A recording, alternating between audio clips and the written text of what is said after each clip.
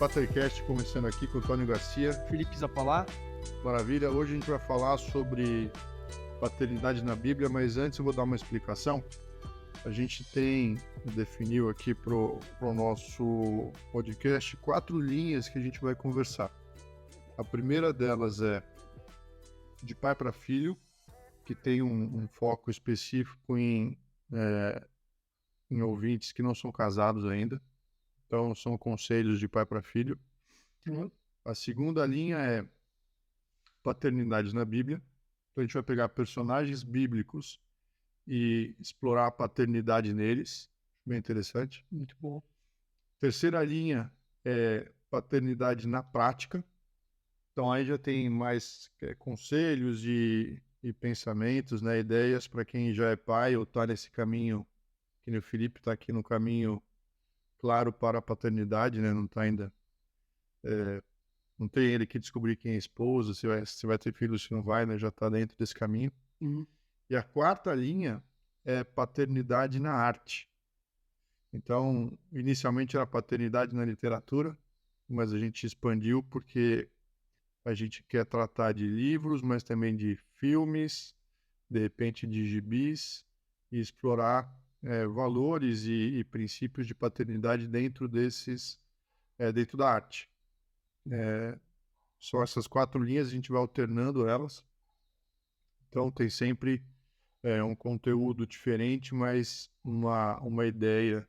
E tem sempre, cada um deles vai ter um tema, né? Então, por exemplo, hoje a gente está inaugurando essa linha de paternidade na Bíblia e a gente vai falar sobre Abraão. Então, a gente tem um tema claro, né? Uhum. Mas um tema mestre que é paternidade, né? Então, vamos lá, conta pra gente a história de Abraão, Felipe, a gente vai interrompendo no meio. Bom, hoje a gente vai contar então sobre a história de Abraão. Abraão tinha o seu pai Terai, com mais 2 irmãos, que era Naor e Harã, Uhum. nomes bem típicos aí, bíblicos, né? Uhum. Naor. E eles estavam habitando na região de Ur dos Caldeus, que é onde fica hoje o Iraque, Tá. região do Iraque. Tá bom. E a história conta que o pai de Abraão estava saindo dessa terra para ir para Canaã, que Canaã é onde fica Israel. E aí a Bíblia cita que nesse caminho eles param numa outra cidade, que essa cidade chama Harã. E aí ali eles ficam, o pai de Abraão morre ali. Tá. Acho que antes dele morrer eles casam, né? Todos eles acabam encontrando uma esposa. Tá. E depois disso, o pai morre com 200 e pouquinhos anos, mais ou menos. Então, só para dar um contexto. 200. Caraca. 200 e... Se bem que antes disso eles viviam 700. Ó, Né? Então, terá vivido 205 anos ao todo. Morreu em Harã. mas viveu pouco, porque os caras viviam 900 anos, né? Tadinho, viu morrer cedo. Ele não chegou na terra que ele tinha o desejo de ir, que era Canaã, que é onde é Israel hoje. Então, esse é um contexto um pouquinho antes, e Abraão, então, ele é 10, 11 gerações depois de Noé, só para dar uma situada histórica. Com isso, a gente tem alguns fatos aqui, né, que Abraão não tinha filhos. Então, o pai morre, ele é casado, acho que o pai morre, ele tem uns 75 anos, mais ou menos. Uhum. Ele não tem filhos. Nem ele, nem a esposa. A esposa tem uma diferença de 10 anos. Então, tipo, 75 ela devia ter uns 65, sem filhos os dois. Bom, então aqui esse período são 1.500 a 2.000 anos antes de Cristo. Não se tem exato o tempo, mas para dar uma situada também histórica aqui, o tempo que a gente está. Então, eu acho que é importante ressaltar que Abraão não tinha filhos. Tá. O pai morre. E, na sequência, a Bíblia fala que ele tem um encontro com Deus. E aí é a promessa que eu acho que muita gente ouviu falar, a promessa abraâmica, né? Que fala sobre... Ora, disse o Senhor a Abraão, sai da tua terra, da tua parentela e da casa do teu pai, e vai para a terra que te mostrarei no futuro. De ti farei uma grande nação e te abençoarei, e te engrandecerei o seu nome, se tu uma bênção. Abençoarei os que te abençoarem, amaldiçoarei os que te amaldiçoarem, em ti serão benditas todas as famílias da terra. E aqui fala que partiu Abraão com, naquela época, um dos irmãos de Abraão tinha morrido, né? Que era Harã. Harã tinha um filho que chamava Ló. Uhum. Então, naquele período, como ele recebe a promessa de sair, a Bíblia fala que parece que eles tinham bens, e ele sai da terra do pai, depois da morte dele, e ele pega esse sobrinho que não tinha mais pai, então isso é importante também, aqui Ló, ele leva Ló e leva Sarai, que era tua esposa, que ela era infértil, né? Então é um outro detalhe aqui da história. Tá, então eles viviam em Ur dos Caldeus, que é no Iraque, o pai e os 2 filhos com as esposas, o sobrinho e tudo. Eles partem dali e vão para uma outra cidade chamada Harã, que deve ser no meio do caminho entre a Palestina, Israel ali Sim. e o Iraque. Lá eles param, Terá morre e o filho, não sei se é mais velho, mas o Harã morre também. E ali, nessa cidade de Harã, que Abraão recebe uma palavra de Deus e ele parte para Canaã e o sobrinho vai junto com ele. Então ele parte com a esposa, eles não têm filhos. Ah. O sobrinho Ló parte com ele, fala se Ló já é casado. Não, ainda não. Tá. E eles vão então nessa. Que mais pra frente o texto fala que ele casa, então Tá bom. não é agora. Então eles partem nessa aventura para a terra prometida que é Canaã. Deus fala já Canaã ou ele fala, vou te levar para uma terra. É engraçado porque no texto antes, no versículo 11, ele fala sobre que o pai está indo para Canaã. E aí, quando Deus encontra com ele, ele fala: eu vou te levar para uma terra que eu vou te mostrar ainda. Você ainda não sabe.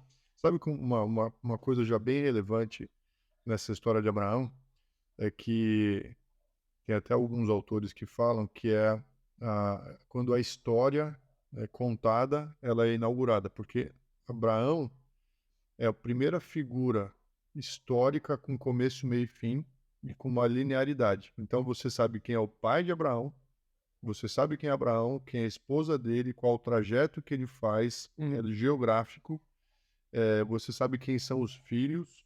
Dizem que até os netos conheceram Abraão, então existe um conceito também de família, mas o mais relevante é o pai de Abraão aparece, ele aparece, filho aparece, neto aparece, você consegue traçar uma história linear mesmo, não é Verdade. um sujeito no meio do nada, entendeu? Avulso. É avulso, isso há 2000 anos. Muito bom. Então, é um dos primeiros relatos históricos e dizem que inaugura a própria história, a figura de Abraão. Ela é fundamental pra gente, né?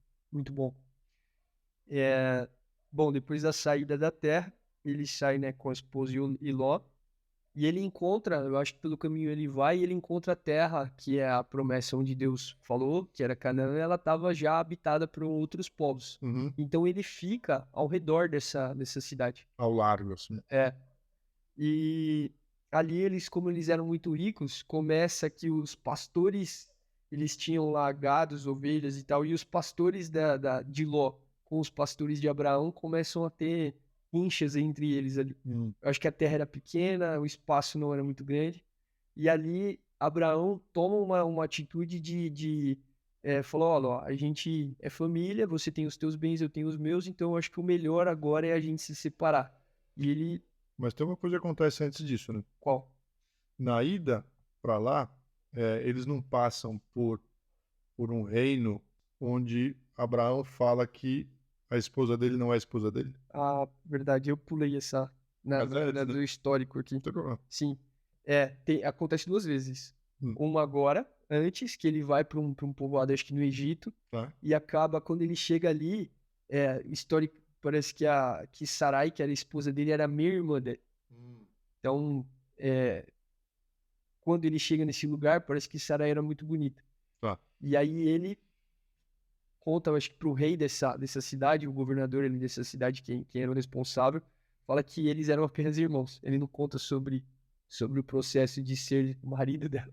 Ou seja, ao invés de defendê-la como esposo, ele mente, fala que ela é irmã dele, Sim, para que ele não seja prejudicado exato. e coloca ela no fogo. Coloca ela no fogo. E ele faz isso 2 vezes. Ele faz 2 vezes, uma agora e um pouquinho mais pra frente. E nas 2 vezes, Deus encontra o rei dessa cidade, conta quem ele era, chama Abraão de profeta, esse é um profeta meu, para que ele venha tratar ele com o devido valor ali. E ali esses reis se arrependem porque eles chegam a tomar a esposa. Faz Eles sentido. tomam. Mas não fica claro se. É? Acho que não. Acho Ó. que não quero que. É um problema meu, eu não quero que tenha. Não fica claro. Deixa assim. Meio doido isso daqui. E então, e aí na sequência, o que ele faz?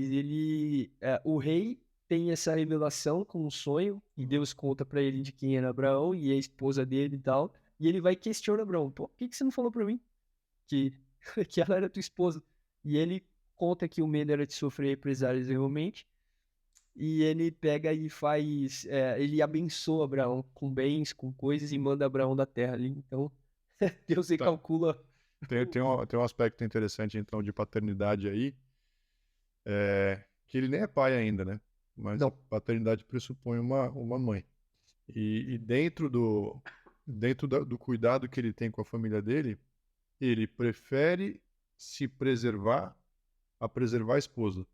E como a gente estava falando, a jornada de Abraão é uma jornada de amadurecimento, né? Uhum. Então, Tardio, né?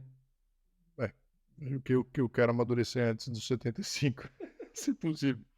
Mas a jornada dele, ele sai da casa do pai, porque ele está morando ele é com os pais, Uhum. acaba que o pai falece, ele mantém a jornada e ele já começa, apesar de ele não ter filho, ele leva o sobrinho. Sim. Então ele já começa, de alguma forma, a ter responsabilidade por alguém além da própria esposa. Só que quando ele é colocado à prova com a saúde física dele confrontada com a saúde física da esposa, ou a honra da esposa, sei que os tempos eram outros, mas ele se preserva. Então é um mau testemunho.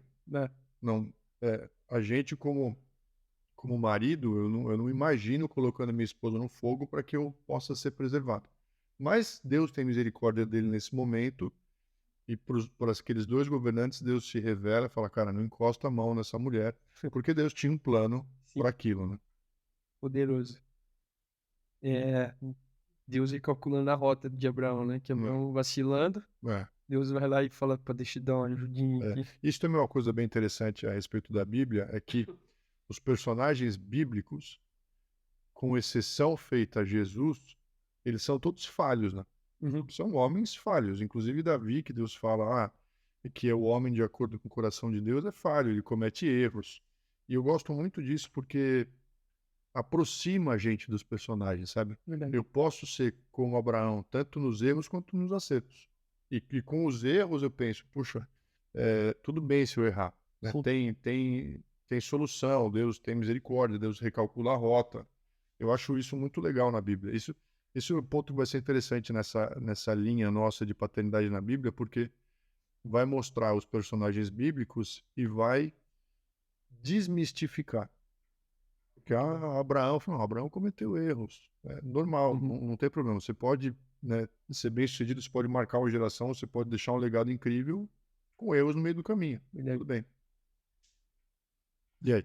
Na sequência acontece que eu tinha falado anteriormente sobre Abraão e Ló se separar. Então, por conta do tamanho de terra versus riquezas, eles se separam.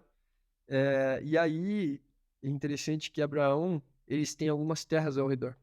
E Abraão pede ali, se posiciona para ele escolher a terra. E ali tem, acho que duas terras, né? Acho que é Canaã, e Sodoma e Gomorra. Que é uma terra que ficava, acho que cada uma ficava de um lado, né? Nesse momento, na história bíblica, eles estão muito, muito populosos, né? Uhum. E aí tá começando a ter conflito entre os empregados de Ló e os empregados de Abraão. Exatamente. E aí, Abraão, ele já está indo para um outro ponto de amadurecimento. Ao invés de ele falar, eu vou ficar com essa terra, ele fala para Ló, escolhe a terra que você quiser. Se você for para a esquerda, eu vou para a direita. Se você for para a direita, eu vou para a esquerda. E aí, Ló escolhe a terra mais bonita. Sim. E Abraão fala, tudo bem. E a terra mais bonita fica nos arredores de Sodoma e Gomorra, né? Isso. Para continuar contando. E a terra dele, eu acho que fica em Canaã. Então já é interessante como a promessa já era para Canaã, ele deixa ele escolher, ele já vê algo fluindo a mais que realmente. Sim, e também tem que pensar que a terra nesse momento não era super povoada como é hoje, né? Sim. Então, sobrava espaço, ainda que fosse num lugar relativamente pequeno. Não é pequeno, né? Mas hoje em dia você não conseguiria ter tanta possibilidade de escolha. Ah, essa terra está aqui, eu vou escolher ficar aqui. Hoje todo mundo é dono de tudo, né? Verdade. É, então eles acabam se separando e na sequência aparece um segundo encontro com Deus. E aqui acho que Deus começa, é engraçado que tem algumas profundidades de encontros que Abraão tem com Deus Uhum. e ele vai cada vez acho que abrindo um pouquinho mais, né? Aqui ele fala: "Disse o Senhor a Abraão, depois que Ló se separou dele, ergueu os olhos e olha desde onde estás para o norte, para o sul, para o oriente, para o ocidente, porque todas essas terras que vês eu te darei, a ti e a tua descendência, para sempre. E farei da sua descendência como o pó da terra, de maneira que, se alguém puder contar o pó da terra, então se contará também a tua descendência. Levanta-te, percorre essa terra no seu comprimento e na sua largura, porque eu te darei." Abraão, mudando as suas tendas, foi habitar nos carvalhos de Manre, que estão junto a Hebrom, e levantou ali um altar ao Senhor. É Tá. interessante que tem outra coisa que decorre, que constantemente, quando acho que Abraão vai se posicionando em lugares novos, ele levanta um altar para o Senhor onde ele está. Sim, Então acho que isso acontece umas 4 vezes durante essa caminhada. essa caminhada. Então, toda essa discórdia ou esse imbróglio relacionado a, a quem pertence à Palestina e toda aquela região de Israel tem início nesse momento em que Deus dá a terra para Abraão. Uhum. E o outro ponto que eu acho interessante é que a visão que Deus vai dando para Abraão, ela vai, como você mencionou, ela vai se abrindo. Então, inicialmente, Deus fala, vai. Aí, quando ele está no meio do caminho, Deus fala assim, como se Deus falasse, agora que você veio, deixa eu te falar, eu tenho para você um legado enorme, você vai ser pai de nações. Uhum. Então, ao longo da vida, você vai vendo que as coisas não te são mostradas de uma única vez. Você não recebe o plano inteiro para a sua vida toda. Esse chamado para a aventura, que é o que aconteceu com Abraão, ele vai se desenrolando e se mostrando ao longo do caminho. Então, vamos dizer, hoje você está casado, sei lá, está casado há tantos anos. Você ainda não sabe quantos filhos você vai ter, o que, que vai ser dos seus filhos. Mas ao longo, enquanto vai se desenrolando a sua história, você vai vendo que a sua visão vai ampliando, as promessas que você recebe, ou os sonhos que você tem vão se desenvolvendo também. Tipo, é uma aventura, sabe? Não é um. Tem gente que acha que a vida é do ponto A ao ponto B do jeito mais rápido possível. É. Quando não, o Dave Gibbons, eu ouvi uma vez ele falando a respeito da vida ser como uma dança e não uma corrida, né? Então você vai, ao longo do tempo, você vai desenvolvendo o que está acontecendo, vai entendendo, discernindo, né?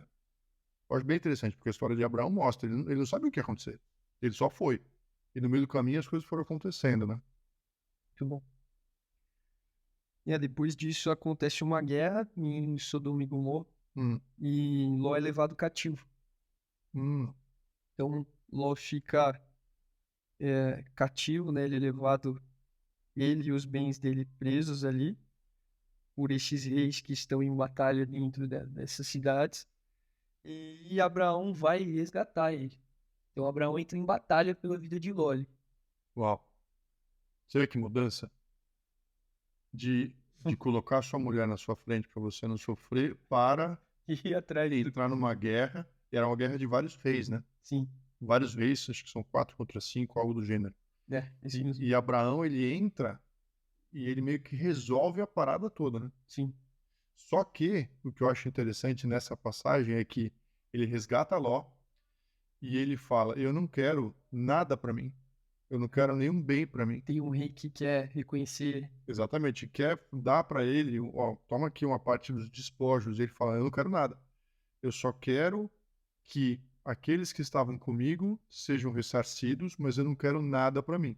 Bom, É muito legal, porque você já vê um estágio de amadurecimento de Abraão bem diferente do que ele começou, né? A caminhada dele está trazendo maturidade para ele. Então ele vai para a guerra para resgatar o sobrinho e, de fato, o interesse era resgatar o sobrinho. Ele não tinha interesse econômico nisso, né? bom. É, aí depois desse resgate de Ló, né, Deus anima Abraão e ele promete um filho. Então tem uma nova, que é o terceiro encontro que ele tem com Deus.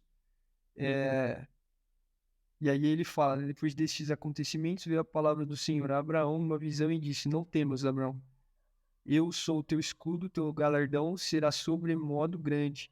Respondeu Abraão: Senhor Deus, que me haverás de dar se continuo sem filhos? E o herdeiro da minha casa é Damasceno Eliezer, Uhum, que é o servo dele. uhum. Disse mais Abraão: A mim não me concedeste descendência, e um servo nascido da minha casa será o meu herdeiro. A isto respondeu logo o Senhor, dizendo: Não terá esse o teu herdeiro, não será este o teu herdeiro. Tem Mas um, desculpa interromper, tem um encontro que Abraão tem, se eu não me engano, é logo depois dessas guerras, que é quando ele encontra com Melquisedeque. é um pouquinho antes disso. É um pouquinho antes, né? É um capítulo antes. Logo depois que ele volta dessas guerras, ele tem um encontro com um cara que é o rei de Salém, que chama Melquisedeque, Uhum. que é um cara que não tem começo nem fim na Bíblia. Ele aparece, mas fala que Esse é avulso, né? é avulso, é igual o Jó, é avulso. E aí, Melquisedeque, a Bíblia diz que ele é um sacerdote do Deus Altíssimo. Só que o interessante é que não tem religião do Deus Altíssimo nesse ponto, porque o judaísmo está longe de ser criado e estruturado como uma religião. Isso vai acontecer só lá com Moisés, com as leis e tudo. Então, esse Melquisedeque é uma figura muito antiga, mas que já aponta para um Deus único. E Abraão dá um dízimo para ele. Abraão faz uma oferta para esse rei de Salém, que é Melquisedeque. Lá no Novo Testamento, depois, Jesus vai falar que ele é um sacerdote da ordem de Melquisedeque. Ou seja, Jesus fala o seguinte: eu sou anterior ao judaísmo. Então, o judaísmo não me contém, porque eu sou de uma ordem anterior ao próprio judaísmo. É muito louco isso, né? Quando eu descobri isso, eu pensei, uau, Jesus, ele é pré-Abraão. Ele vem de uma ordem sacerdotal que vem de antes de Abraão. Legal isso, né? Nossa, demais. Melquisedeque. É interessante, aqui fala realmente que Melquisedeque vem e abençoa Abraão, É, depois da guerra. é. Também, esse é um ponto interessante, porque você vai vendo que, à medida que Abraão vai crescendo em maturidade, Deus vai abençoando ele e também aumentando a visão dele. Então, eu consigo notar isso na vida, pelo menos eu vi isso na minha vida, como homem, como pai, que à medida que você vai amadurecendo, é como se Deus falasse: olha, você passou essa fase, agora eu tenho uma visão para você. Agora que você amadureceu um pouco mais, te dou a sua visão. Não, não, não caberia a visão que Deus me dá hoje para o meu filho que tem 14 anos. Uhum. Ou ele não ia entender, ou ele não ia se interessar, ou ele não ia ter a complexidade para digerir uma visão daquela. Então, à medida que Abraão vai crescendo como homem e já começa a experimentar a paternidade com Ló, Deus vai aumentando a visão dele, falando assim, cara, tenho isso para você, eu vou te abençoar. Ele fica preocupado, e é o primeiro momento que aparece a preocupação dele com o filho, Uhum. porque ele fala, Senhor, tá bom, eu tenho esse monte de herança, eu vou deixar para quem? E ele nem pensa no sobrinho, né? Ele pensa no empregado dele, é pro Eliezer que vai ficar? Mas eu acho que um pouquinho mais pra frente ele cita. Você comentou isso, mas eu acho que não tem isso de ficar para lá. É que ele fala, na minha versão da Bíblia, ele tava falando, ele não cita o nome de Eliezer, ele fala se aquele que é o da minha casa, dá a impressão de que Dá a pode impressão que é ser Ló. que é Ló. Mas é o Damasceno. Faz sentido agora. Faz sentido. Então ele já começa a se preocupar com o legado e a herança que ele vai deixar. Ló também é rico, então. Exato, não faz sentido. Nessa tradição, cada ramo familiar tinha sua herança. Então não fazia sentido que a herança dele fosse para o ramo do irmão dele, que é Ló. Uhum. Ainda que Ló fosse sobrinho. Tinha que ficar dentro da casa dele. Só que ele não tinha filhos, então parece que ele saiu da condição de filho, que era quando ele tinha com Terá, agora ele já se sente pai, e fala, caramba, para quem eu vou deixar meus bens? E ele chega para Deus e fala assim, Deus, cadê a minha descendência, né? Sim. Tipo,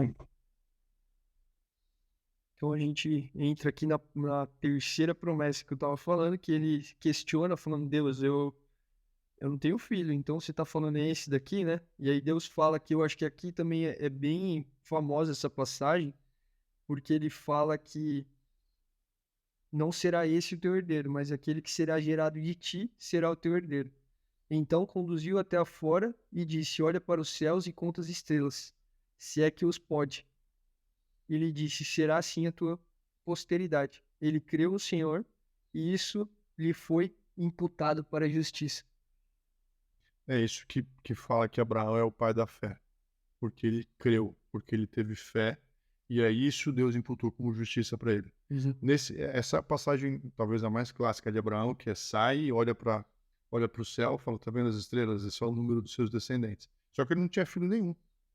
Então, para crer naquilo, com a idade que ele já tinha, é o que é o milagre da fé em Abraão, né? O Sim. que acontece depois? Ele fala que virá um filho, então, Abraão tem dorme, tem uma visão sobre 400 anos de escravidão. Olha que Ah, é nesse momento? um pouco depois pra frente, que eu não fui ao pé da letra exatamente. Ele fala que o Senhor entra em aliança com Abraão. No sono, é isso mesmo. Ele entra em sono, e ali eu acho que Abraão tem mais um encontro com o Senhor em sonho, e ele também recebe uma visão de que o povo ficará 400 anos em escravidão. Essa aliança é uma passagem muito estranha e engraçada também, porque Deus fala para Abraão pegar, acho que 2 animais e dividir eles no meio. E aí existia uma tradição ou um costume deles que era, se você ia fazer uma aliança, você fendia um animal e aquilo ia, você passava no meio daquele animal fendido e aquilo ia ser aliança. Cara, Aí o que acontece? Deus fala, corta os animais, tá bom. Na hora de fazer aliança, Deus dá um sono muito pesado para Abraão. E Abraão dorme.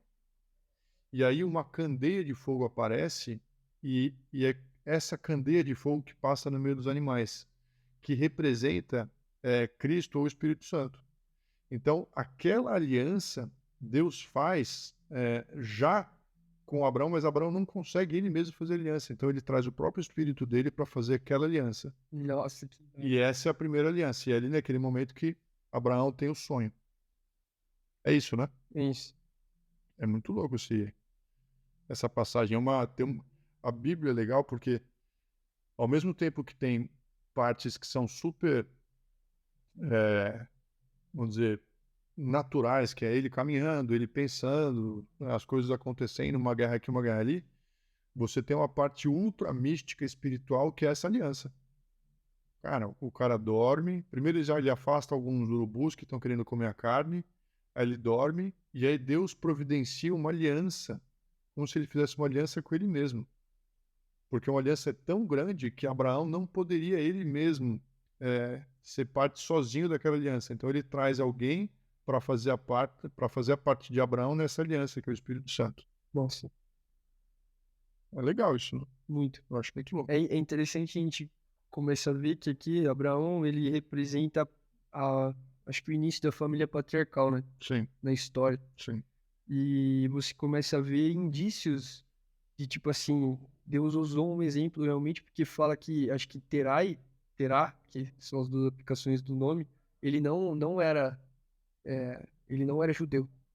Não existia ainda o judaísmo, mas ele a crença dele era pagã. Então ele era um homem pagão que vivia adorando outros deuses. Sim, ele não cria no Deus único. Então, até os 75 de Abraão, provavelmente ele também.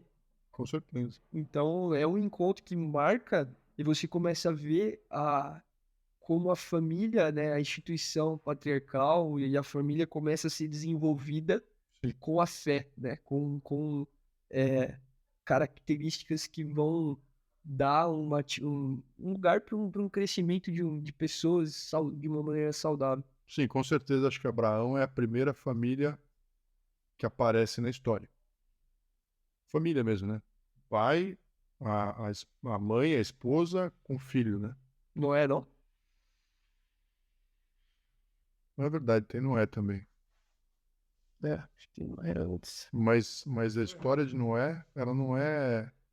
Não tem detalhe de. Não tem detalhe de quem é a esposa. Os filhos até aparecem depois. Mas você não tem essa trajetória. Noé simplesmente aparece, né? Ele é avulso. Não é que é avulso. Você sabe quem é o pai, mas você não tem a história dele, a trajetória dele. É assim, tinha um homem que era justo, Noé, ele foi escolhido, ele construiu a arca, Ah, e mostra a geração dele anterior. vai na sequência, mas você não tem um desenvolvimento de onde veio Noé, não existe. Aí é porque Noé, a gente consegue ligar Adão até Noé. Você consegue lidar, mas Ah, você não tem a, entendi. a história dele contada, como é com Abraão, né? Muito bom.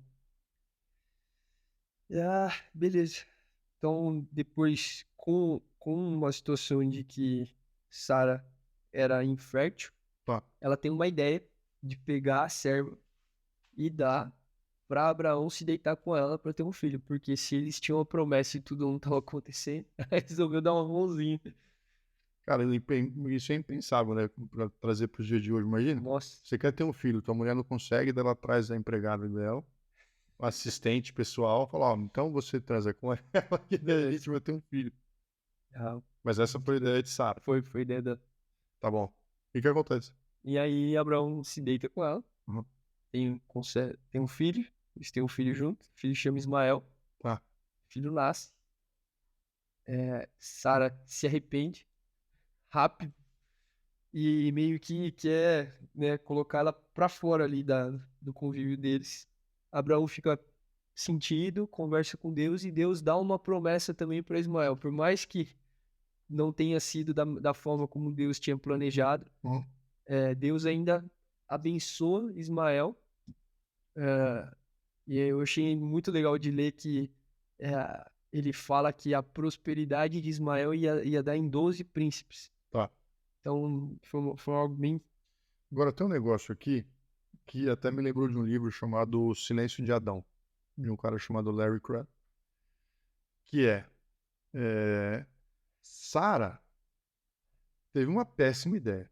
Sim, Não dá pra falar que é uma boa ideia. Você, ó, eu tenho uma promessa, mas eu vou deixar de crer nessa promessa. Na verdade, assim, eu creio na promessa, mas eu acho que Deus deu uma erradinha aqui, então eu vou dar um jeito. Ao invés de, de eu ter um filho, eu vou.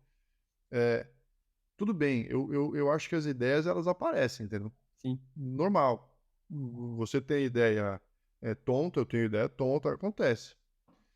Sara teve uma ideia que não foi legal. Só que Abraão, ao invés de falar, não, a gente não precisa fazer isso, ele abraça essa ideia ruim.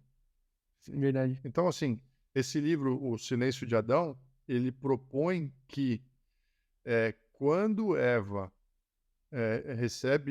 está conversando com a serpente e recebe tomado o fruto proibido, ele propõe que Adão estava o tempo todo do lado dela. E não que ele chegou de repente e viu, porque a gente tem um imaginário que Adão chega, Eva está comendo o fruto, né, que a gente acha que é uma maçã, e fala, me dá isso aqui. Não, na realidade, quando você faz uma leitura mais atenta, mostra que Adão estava lá o tempo todo. E ele não combateu aquela ideia ruim que a serpente estava trazendo. Dentro dos valores de paternidade, o valor de proteção intelectual, quer dizer, as ideias que vão chegar, seja para você, para sua esposa, para os seus filhos, elas precisam ser analisadas e, se for o caso, combatidas ou então até celebradas de acordo com os valores que você carrega. Então, a esposa, que é Sara, ela vem e recebe, eu não sei como ela foi influenciada, tanto faz, mas ela recebeu uma ideia, ela teve uma ideia. Olha, então, como eu não consigo ter filho, eu vou desencanar que isso aqui era comigo, a promessa está sobre Abraão, eu vou providenciar uma esposa para ele. Nesse momento, Abraão devia falar, não, você é minha esposa, eu não preciso quebrar um princípio e pegar um caminho alternativo, um plano B. Não, eu vou seguir no plano A, que é com você. Ele não fez isso. A Bíblia fala que quando Ismael nasce, ele tem 85 anos. Abraão? Então Sara devia ter 75. Então, se se você parar para pensar no aspecto natural da coisa, realmente deve ter sido uma pilha, né, para tomar uma decisão de alguma coisa. Tipo, cara, o tempo tá acabando, a gente pode morrer e não ter posteridade na vida de Abraão. Realmente, se a gente analisa um pouco mais se envolvendo com o aspecto natural da coisa, Eu concordo, não é? eu concordo. Não, tudo bem. Hoje, se aplicando hoje, é difícil, mas naquela época que tinha as concubinas, né, eles tinham esse costume que foi sendo tirado aos poucos, né, ali com as leis, com as regras, eles tiraram essa questão. É Mas, cara, interessante. pensa assim, ó. Mesmo hoje em dia, você é casado, eu sou casado. Às vezes, você tem algumas encruzilhadas, na vida. Eu vou por ali, eu vou por aqui. E quando se você é um marido e você é um marido saudável, tem um casamento saudável, você vai conversar com a sua esposa, você não vai tomar decisão sozinho. Ótimo. Quando você for conversar com ela, as ideias vão ser aventadas. Olha, tem esse caminho, tem aquele caminho. Às vezes, eu não digo que são todas as vezes, mas os princípios eles são colocados e às vezes o princípio te leva a uma decisão mais difícil do que a mais fácil. Tá. Então, não necessariamente o princípio correto ou o valor correto da sua família, da sua crença, da sua cosmovisão, da sua ideologia vão combinar com a saída que você quer tomar. Hum, E aí? hum. Nesse caso aqui, a saída que Sara propôs era uma saída fácil, mas que não se coadunava com o que Deus tinha falado para Abraão. Na verdade, a saída era não fazer nada, né? Era esperar. Tem que esperar. É. O correto era esperar. Eu não sei, eu já passei por isso, de situações, tanto a minha esposa falando, vamos segurar, vamos nos manter firmes nessa promessa ou nesse princípio, quanto eu. Assim, não, vamos nos manter firmes aqui. E aí, acaba sendo mais saudável. Porque o que acabou acontecendo com Ismael e com Sara foi muito complicado. Porque na sequência as coisas que acontecem não são boas. Sim. Eu tenho certeza que Sara se arrependeu. Nossa. Certeza. Pela atitude de ter meio que expulsado elas, né? Conta o resto da história. Na sequência, Sara se arrepende e assim pede para, né, faz de uma forma com que elas saiam do convívio deles e Abraão fica sentido, acho que eu falei essa parte. Uhum.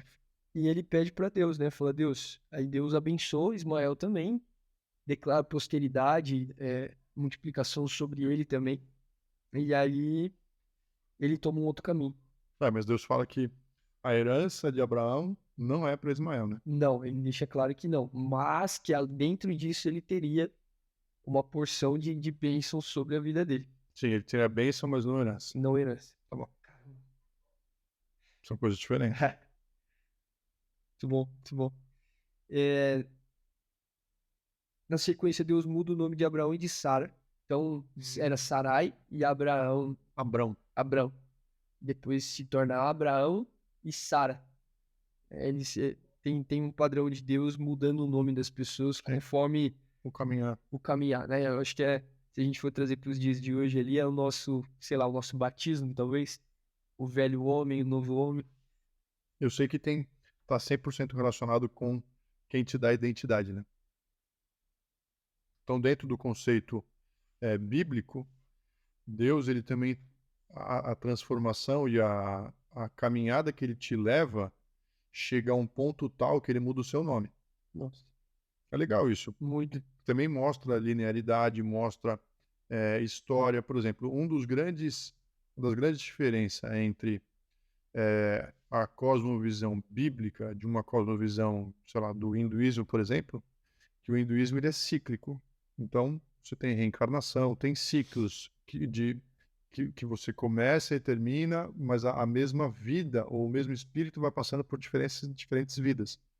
E o teísmo bíblico não. Ele é linear, entendeu? Você nasceu, vive e morre. Tem até um autor chamado, dei uma viajada aqui, mas eu vou falar porque é interessante. Um autor chamado Herto Caballeiros, que ele fala que a vida que a gente vive aqui é um parênteses na eternidade. Uhum. Então, nós somos seres eternos que temos espírito e alma, e Deus nos coloca nesse plano temporal, é um hiato, é um parênteses de temporalidade numa eternidade que é a nossa vida. Só que isso é uma visão que não se coaduna, por exemplo, com o hinduísmo, porque no hinduísmo você vai vivendo várias vidas. Não, essa é a sua única vida. De acordo com a fé judaico-cristã, essa é a sua única vida. Então Deus como se ele tirasse da eternidade, te coloca aqui, você vive e ele te leva de volta para a eternidade. Ó, Doido isso, né? muito, muito doido. A história de Abraão vai mostrando as consequências da tomada de decisão enquanto você está aqui nessa vida, né? Sim. Na sequência, Deus institui a circuncisão, então ele fala para Abraão que a partir de agora, a partir dessa geração, todo homem, todo macho deve ser circuncidado como sinal da aliança de Deus com a família, com ele, Uhum. né? Então ele traz uma marca física no corpo físico, sinal da aliança. E ele muda o nome de Sarai também para Sara, tinha falado, né? E pratica a circuncisão. Então ele. Mas em que momento que Isaac nasce? A É, circuncisão é antes de Isaac, não é depois, né? circuncisão eu acho que é depois, porque. Deixa eu voltar. Acho que quando Isaac nasce, Ele circuncida. circuncida. Ele circuncida os três, na verdade. Acho que Isaac, Ismael e ele mesmo. Mas quando Isaac nasce, Ismael tem quanto? Tem uns 12 anos, né? Acho que sim, porque pelo que eu peguei aqui na passagem, Ismael nasce 85 anos de Abraão. E aí ele nasce, ele tem 100 anos, então são 15 praticamente. Ismael tem 15 anos.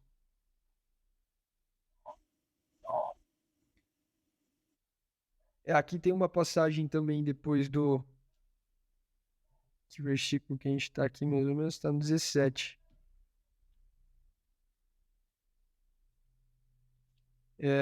Que acaba que Sodoma e Gomorra são cidades que estão debaixo de maldição por conta das práticas que são. É uma cidade perversa, né? Uhum.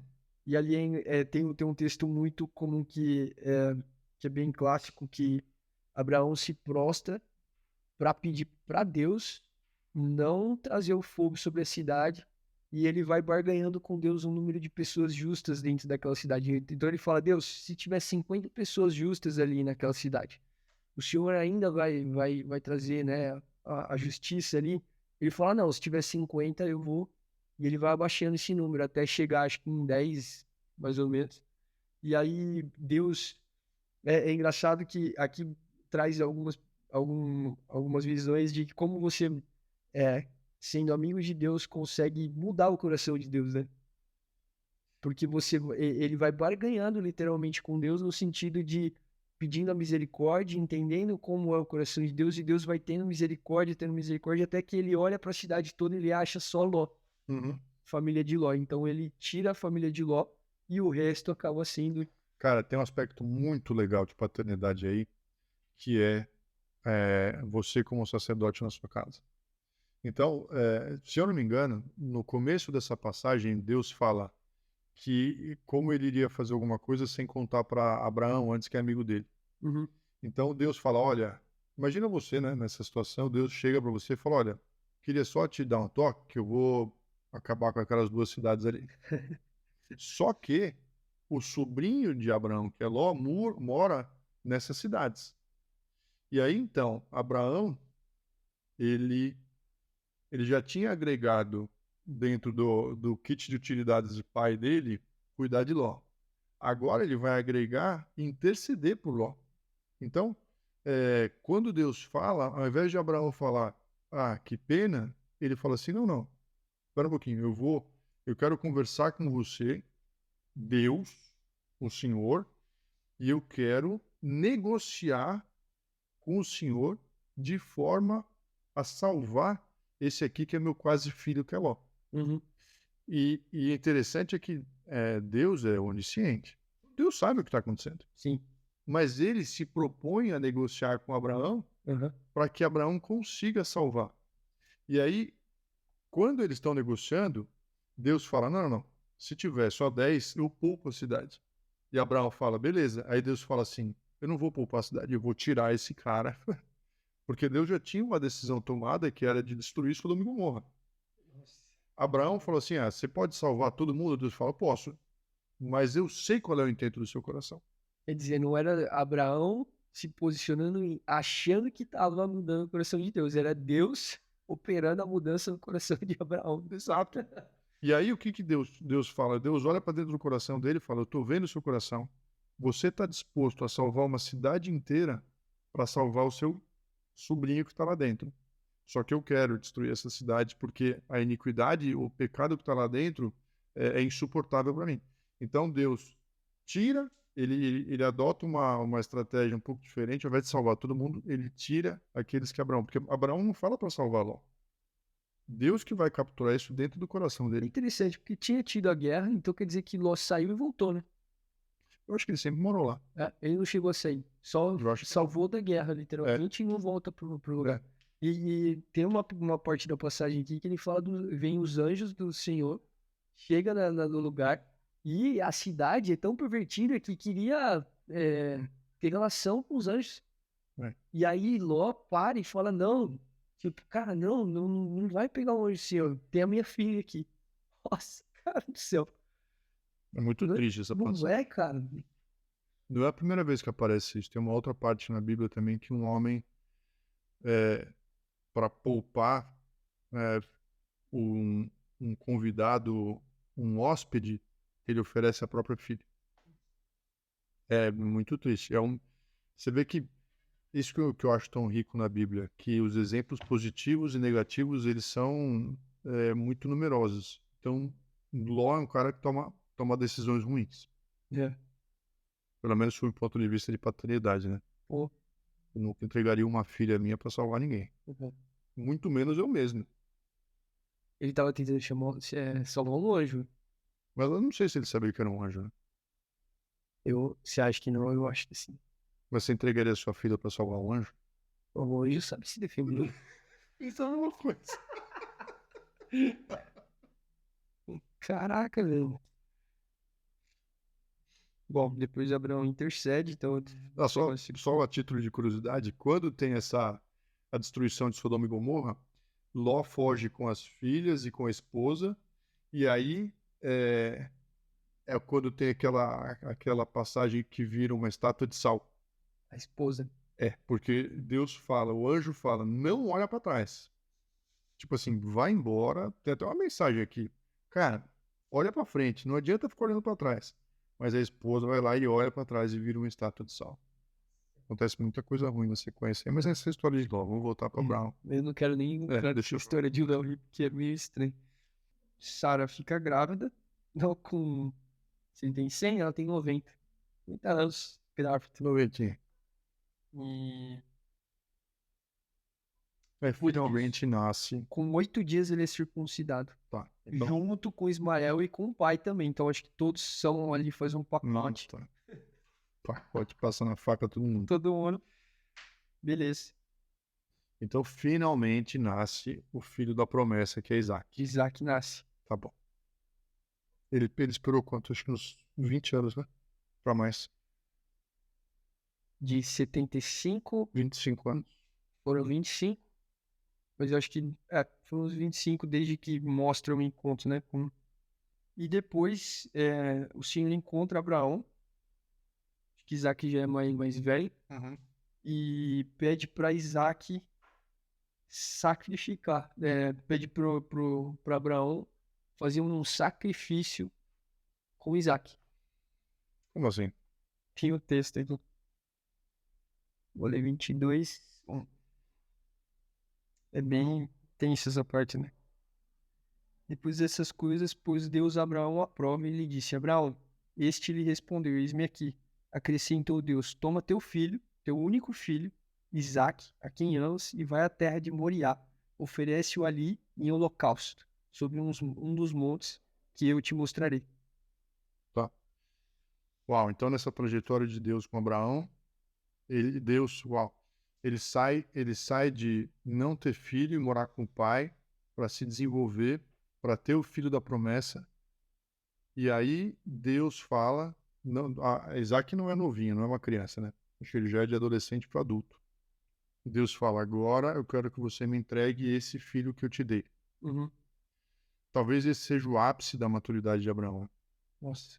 porque é, é interessante entender como Deus faz com a gente também, que é te trazer para uma realidade em que ele fala: olha, eu te dei, mas eu posso tomar. Onde está o seu coração, entendeu? O que acontece? Na sequência, Abraão se posiciona, toma ali tudo, ele leva todas as ferramentas, É, Isaac, é. mas ele não leva nenhum holocausto. Então Isaac pergunta, pai, cadê o cordeiro? Caraca, imagina essa Tem situação. até na Bíblia fala assim que ele pega os empregados e vai com Isaac, os empregados e todos os utensílios para fazer o holocausto, para fazer o Ele sacrifício. para num período, Ele não, ele para para no pé da montanha, e fala, fica aqui, né? fala para os empregados: fica que eu vou subir com meu filho. Verdade. Aí quando eles estão subindo, carregando a lenha e tal, Isaac fala: pô, legal, o que a gente está indo fazer mesmo? A gente está fazendo um sacrifício. Isaac, beleza, mas estou olhando aqui, Não tô vendo sacrifício. cadê a ovelha para ser sacrificada? Nossa, essa parte eu acho que é a maturidade de Abraão inteira, né? É nesse momento que Abraão fala: Deus vai prover o sacrifício. Porque qualquer resposta que ele poderia. Aqui foi tipo a sabedoria de Jesus, né? Quando Jesus foge de todas as perguntas e responde com maestria. Cara, aqui ele poderia falar qualquer outra coisa, mas ele falou: Deus vai prover. Quer dizer, o coração dele estava em agradar a Deus. Por mais que ele estava se posicionando para o sacrifício, mas ainda assim ele tinha fé de que Deus realmente iria prover o sacrifício. Eu acho que tem um ponto aí que você não tem filho ainda, né? Mas você vai sentir que em determinados momentos da caminhada, o relacionamento que você tem com Deus é o que vai prover segurança para a sua família. Só que a sua família, ela está vendo a segurança que você tem em Deus através da sua própria segurança.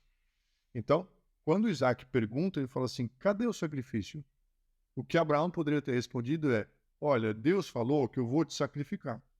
Não. O que ele devolveu e até preservando Isaac é: Deus vai prover o sacrifício. É engraçado porque se você pega Abraão, que entregou a esposa lá atrás, talvez seria esse lugar de ficar arrumando justificativa e tirar a culpa dele mesmo. Falando, ó, Deus que tá pedindo aqui, você vai ser Ó, sacrificado, não é verdade? verdade, verdade. Só que é muito nobre da parte dele não mandar para frente o que Deus tinha falado e fala assim: não, isso ele conversou comigo, o meu filho está aqui caminhando comigo e eu vou trazer para ele o conforto da fé que eu tenho. Então fique tranquilo, Deus vai prover o sacrifício. Ou isso na vida da gente é: pai, mas vai dar tudo errado? Não, fique tranquilo. Deus tem o melhor para gente. Fique tranquilo, Deus vai prover. Ou fique tranquilo, Deus está vendo o que está acontecendo. Muitas vezes eu já passei por isso, em que ou a sua esposa ou seus filhos perguntam para você e eles bebem da sua confiança, sabe? É um papel profético de sacerdote que o pai traz para a própria casa. Cara, fica tranquilo. Eu tenho fé para essa situação que está acontecendo, sabe? Eu posso prover isso para você. E com certeza Abraão fez isso naquele momento. Bom, continua contando a história. Beleza, então eles sobem para o monte, né, os servos ficam no pé da montanha, ele sobe com, com Isaac.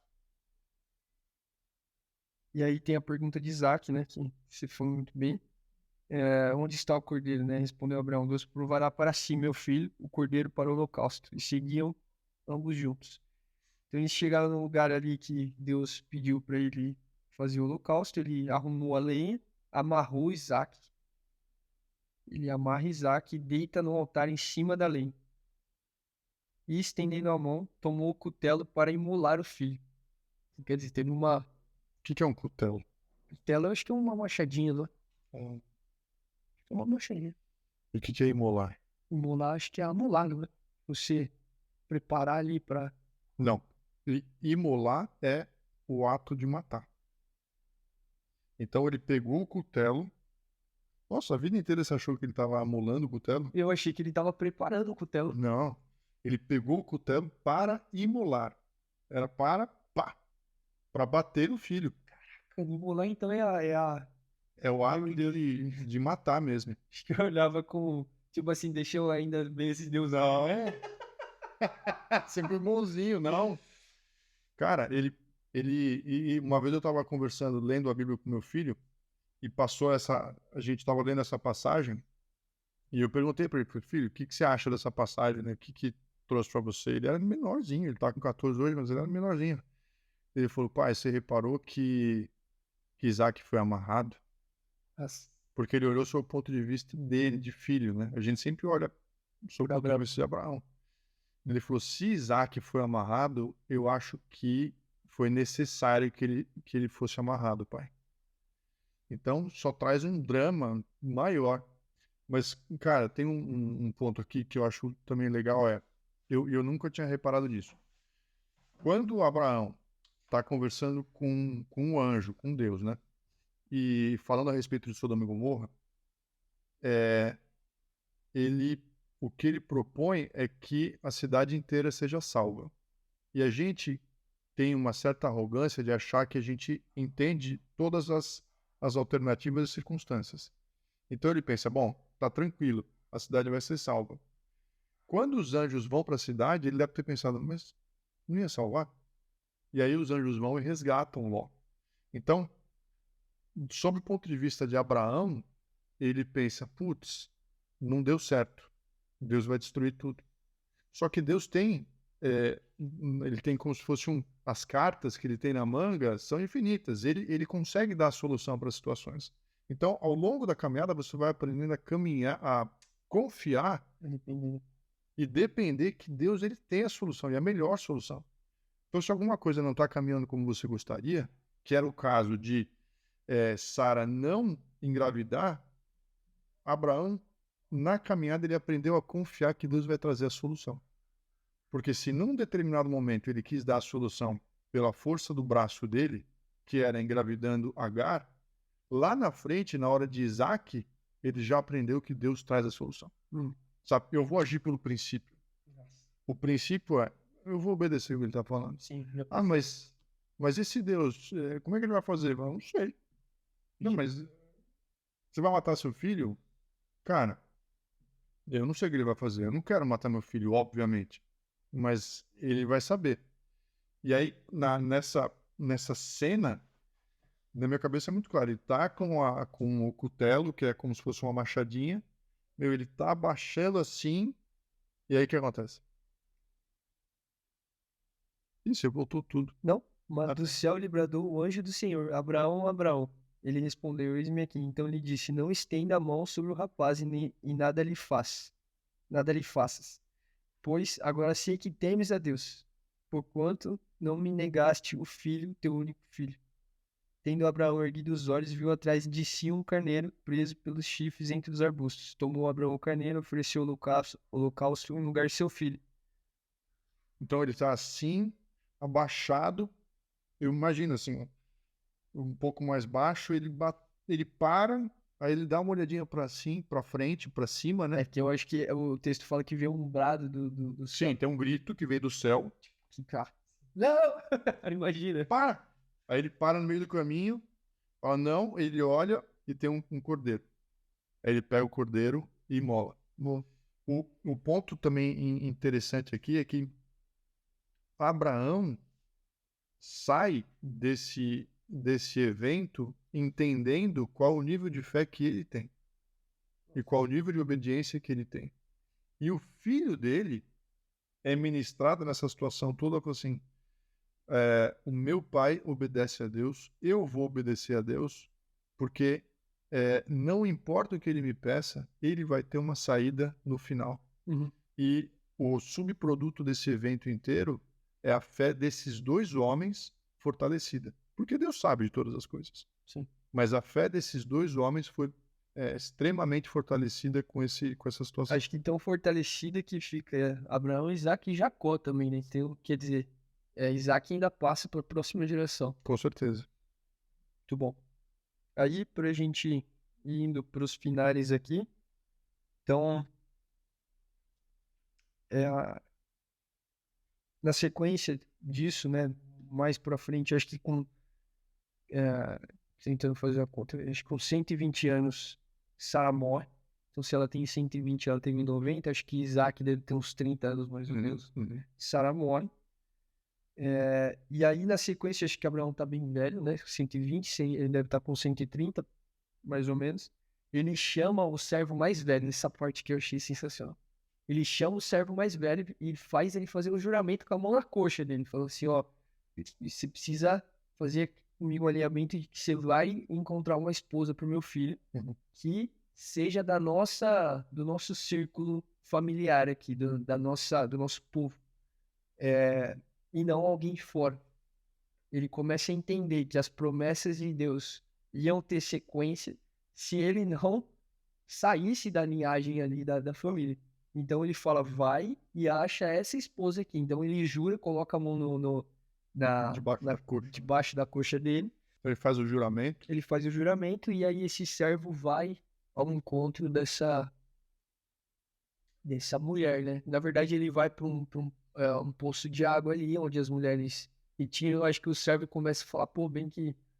O que ele faz é, ele sai de onde Abraão mora e vai para a terra de onde Abraão veio, que é onde continua a família de Abraão, né? Verdade. Ele vai lá encontrar uma pretendente para Isaac, né? Sim, porque como era para ser da mesma linhagem, ele fala volta para a terra. Mas ele fala vai, volta, procura ela. Se você falar com ela e ela não quiser vir, tá tudo bem. Você volta, não fica lá, volta para cá. Quer dizer, Abraão tinha tanta confiança naquilo que Deus ia fazer que ele não trouxe um peso pro servo, assim, no sentido de não, você precisa achar, Nossa, né? Ele só... O juramento é, não, eu vou acreditar que você vai trazer alguém desse lugar específico e não de outros povos, né? Exatamente. E aí ele encontra a Rebeca, e ali desenrola, acho que começa a história de Isaac com Rebeca, né? Mas para finalizar a história aí mostra um pouco de Ismael, que realmente ele gera 12 príncipes, né? Conta a árvore genealógica dele ali para baixo. Você sabe que os árabes, os muçulmanos, eles também são chamados de ismaelitas, porque eles são descendentes de Ismael. Então, de Abraão, você tem as 3 principais mais populosas religiões do mundo saindo, que é a religião judaica. Do judaísmo vai sair o cristianismo mais para frente, então os dois saem de Abraão. E o islamismo também sai de Abraão em função de Ismael e depois Esaú, que é um dos netos de Abraão. Então, os islâmicos, ou a religião islâmica, também sai de Abraão. E essas são chamadas as 3 religiões abrâmicas. Então, a importância de Abraão para essas 3 religiões é total, porque através de Isaac vem judaísmo e cristianismo, e através de Ismael vem o islamismo. São os ismaelitas. Foi importante. Não, Abraão é uma figura muito central para a nossa história. Pelo menos para a história do Ocidente, né? Ocidente e Oriente Próximo, porque para o Oriente mais longínquo, que é Japão e China, aí já não tem essa influência. Muito bom. Bom, essa foi a história de Abraão. Eu ia falar, tem mais um ponto importante, é o seguinte. Quando tem algumas pessoas que falam que Deus é racista, porque ele escolhe as raças. Só que o ponto aqui não era tanto racial, mas sim cultural. Então Deus não queria que culturas que eram pagãs voltassem a trazer influência para aquela família que ele estava determinando que fosse o povo que ia trazer a fé em Deus para a humanidade. Era pelo comportamento, né? Exatamente. Então, às vezes as pessoas falam, mas Deus não aceita esse povo aqui, ele está 100% relacionado com as práticas culturais de politeísmo ou paganismo desses outros povos. Então, a influência não podia ser trazida para dentro de casa, entendeu? Então é por isso que Deus fala, ó, escolhe desse povo, escolhe do seu mesmo povo, entendeu? Talvez eles até fossem monoteístas também. Por isso Deus manda escolher daquele mesmo povo, acho que é de Naor, não é? Que ele fala. E outra coisa, Na ordem é o irmão, né? meu irmão, né? E a outra coisa interessante é, Abraão, ele gera influência não só para os filhos, mas também para as gerações que vêm à frente. Sim. Então, quando Abraão, que, de novo, né, sai daquele cara que entrega a própria esposa para um cara que fala para o seu servo principal, olha, vai buscar uma esposa para o meu filho, ele é um pai que está gerando influência no casamento do próprio filho, como era daquela geração. Então, hoje, nós, como pais, e eu tenho 100% de convicção nisso, eu sou responsável por auxiliar os meus filhos e filhas na escolha dos maridos e esposas. Eu não vou determinar como era antigamente, mas eu tenho que ter disponibilidade, sabedoria, oração para auxiliá-los na escolha, porque é uma escolha difícil. Sim. Eu acho que a principal escolha da sua vida, talvez a escolha mais importante de todas é qual o Deus que você vai servir, e a segunda mais importante é a sua esposa. Só que tem uma coisa aqui que é, se você pisa na bola com Deus, ele te perdoa, você tem possibilidades de voltar atrás. Uhum. Se você pisa na bola na escolha da sua esposa, o próximo passo é uma ex-esposa que é para a vida toda. Sim. Então, assim, as consequências de escolher mal a sua esposa podem ser mais catastróficas para a sua vida do que o Deus que você escolhe, que você pode voltar atrás. Ele tem uma misericórdia infinita. Então, o nosso papel como pai, como Abraão faz nesse ponto, é auxiliar nessa escolha tão drástica e tão importante, não com autoritarismo, mas com sabedoria. Sim. Cara, olha para isso, olha para aquilo, será que você quer isso para sua vida? Eu já falei com meu filho, falei, cara, escolher uma esposa com base em superficialidade, que é beleza, tá errado, cara. Não use isso apenas como o seu drive de escolha de uma pessoa para você. Você tem que olhar para outras características, como fidelidade, honestidade. Só a escolha mais superficial pode não ser a melhor. Já é uma ajuda, entendeu?